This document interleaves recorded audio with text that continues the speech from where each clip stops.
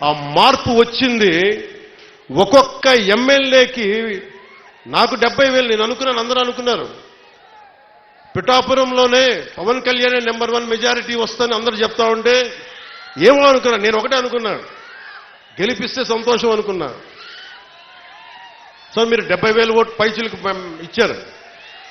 నేను అడిగాను, సార్ ఇదే ఎవరో వచ్చారు నా దగ్గరికి, మీదే నెంబర్ 1 మెజారిటీ అవుతుందని అడుగుతా ఉంటే అడిగాను. మొన్న అన్నారు కదా ఇప్పుడేంటి పరిస్థితి అంటే, సారీ సార్ మీది కాదు, అటంతా వైజాగ్ ఉత్తరాంధ్ర ఏ మూలకెళ్ళినా 30,000 తక్కువ, 10,000 అసలు కనీసం 10,000 తక్కువ, ఎవరికి మెజారిటీలు తక్కువ లేవు. అది కనిష్టం. ఒక్కొక్కరికి 90,000, 98,000 ఏదో ఎంపీ ఎలక్షన్ లాగా వేశారు. అంటే ఎంత నిలబడ్డారు ఈ రాష్ట్ర ప్రజానికం, రాష్ట్ర యువత ఎంత విసిగిపోయారు గత ప్రభుత్వం మీద. మీ కోపం, మీ ఆవేదన రక్తం చిందించకుండా ప్రజాస్వామ్య విధానాల ద్వారా ఒక విప్లవాన్ని తీసుకొచ్చారు. ఒక అరాచక ప్రభుత్వాన్ని కింద కూలదోసి మీరు మట్టిలో కలిపేశారు. అంటే ప్రజాస్వామ్యం తాలూకా శక్తి, నాయకుల్లో గనక శక్తి సమర్థత ఉంటే అలాంటి 151 స్థానాలున్న ఒక ప్రభుత్వాన్ని, ఒక అరాచక ప్రభుత్వాన్ని 11 స్థానాలకి కుదించారంటే ప్రజాస్వామ్యం తాలూకు అత్యంత గొప్ప లక్షణం అది. అది మీరు పాల్గొనుంటేనే విదేశాల నుంచి, పక్క రాష్ట్రాల నుంచి రైళ్లు, బస్సులు, ఎక్కడో హైదరాబాద్ నుంచి, బెంగళూరు నుంచి పిఠాపురం కూడా ఓట్లు మార్పించుకునే వ్యక్తులు ఉన్నారు. ఎందుకంటే మేము ఉన్నాం ఇక్కడ, బంధువులేవో మనకు వాళ్ళకి ఇల్లు వదిలేసి వెళ్ళిపోయారు వేరే ఊర్లకి. తిరిగి వచ్చి వాళ్ళ స్వస్థలాలకు వచ్చి పిఠాపురంకి వచ్చి మాకు 5 ఓట్లైనా సరే మా 5 ఓట్లు మేము ఇక్కడ రిజిస్టర్ చేయించుకుంటామని చెప్పి రిజిస్టర్ చేయించుకొని కూటమికి నిలబడ్డారు. అసలు ఈ అఖండ మెజారిటీలు మన స్పీకర్ మన అయ్యన పాత్రుడు గారు మాట్లాడుతూ, ఎన్టీ రామారావు గారు పార్టీ పెట్టిన సమయంలో కూడా గెలిచాం కానీ ఇంత మెజారిటీలు మేము ఎప్పుడూ చూడలేదు. ఆ ఘనత మీకే దక్కింది.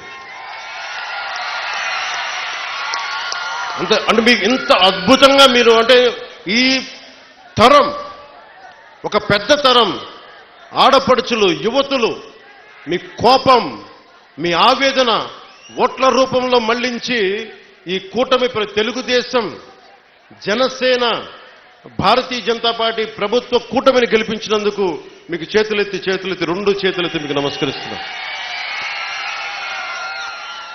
ఈ ఉపోద్ఘాతం అంతా ఎందుకు చెప్పాను, ఇందాక రోడ్ల గురించి అడుగుతూ ఉన్నారు మీరు. అంటే ఒక 9 నెలల సమస్యనే పరిష్కరించగలిగిన వాళ్ళం ఒక ఆడబిడ్డ పోతే, రోజువారీ మనం నడిచే రోడ్లని మేము చెయ్యమా? గత ప్రభుత్వ నాయకులు ఏం చెప్పారు, వీళ్ళు రాగానే పెన్షన్లు కూడా ఇవ్వలేరు. మరి ఏం చేశాం? మొదటి తారీఖుకి మొత్తం ఇచ్చేసాం. 90% ఇచ్చాం మనం. మొదటి తారీఖుకి 5,000 కాదు 6,000 ఇస్తే చాలన్నా మేము దివ్యాంగులు అంటే 6,000 కాదు 15,000 ఇచ్చాం.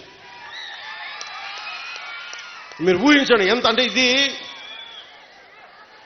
నేను ఎందుకు కూటమి అలయన్స్ అని ఎందుకు తపన పడేవాడిని అంటే, ఒక దేహానికి ఒక రక్తనాళం సరిపోదు, ఒక దేశానికి ఒక నది చాలదన్నట్టుగా ఈ రాష్ట్రానికి 5 కోట్ల మంది రాష్ట్రానికి చాలా పార్టీలు, చాలా మంది నాయకులు కలిస్తే తప్ప ఈ సమస్యని అప్పుల ఊబిలోకి నెట్టేసి, రాష్ట్ర విభజన తర్వాత డబ్బులు లేకుండా అయిపోయిన రాష్ట్రానికి, అప్పుల ఊబిలో నెట్టేసిన రాష్ట్రానికి చాలా మంది కమిటెడ్ నాయకులు కలిస్తే తప్ప దీని ఈరోజు అభివృద్ధి రాదు అనేది నాకు ప్రగాఢమైన విశ్వాసం.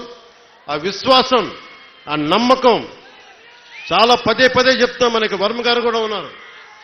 తెలుగుదేశం అధినాయకులు శ్రీ గౌరవ ముఖ్యమంత్రి శ్రీ నారా చంద్రబాబు నాయుడు గారు, ఆయన అపారమైన అనుభవం ఎందుకు కావాలని అడిగానంటే, మొదటి తారీఖు పెన్షన్లు రావాలి అంటే రాష్ట్ర ఆర్థిక లావాదేవీల్ని ఆయన అర్థం చేసుకున్నంత నేను కూడా అర్థం చేసుకోలేను. ఆయన సమర్థత కావాలి, ఆయన అనుభవం కావాలి. ఆయన్ని మేమందరం కలిపి వచ్చినందుకే ఆయన అనుభవమే ఈ రోజున మొదటి తారీఖు నేను గెలిపించగలిగాను, అందరినీ ముందుకు తీసుకురాగలిగా. అడ్మినిస్ట్రేటివ్ ఎక్స్పీరియన్స్ గౌరవ ముఖ్యమంత్రి శ్రీ నారా చంద్రబాబు నాయుడు గారికి ఉండటం, ఆయన దక్షత.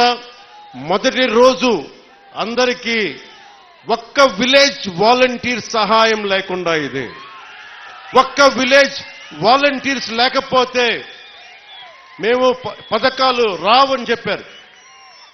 మొత్తం ప్రభుత్వ శాఖనే వాడారు, అందరూ గ్రామ సచివాలయాలనే వాడారు. ఒక్కొక్క సచివాలయం నుంచి 10 మంది, మొత్తం తూర్పుగోదావరి జిల్లా, కాకినాడ జిల్లా నుంచి దాదాపు ఉన్న అన్ని సచివాలయం కొన్ని వేలాది మందిని కదిలించి ఒక్క పొద్దున 6 గంటలకు మొదలు పెడితే సాయంత్రం అయిపోయింది, మిగిలిన నెక్స్ట్ డే ఇచ్చేశారు. ఇలాంటి అనుభవం కావాలి.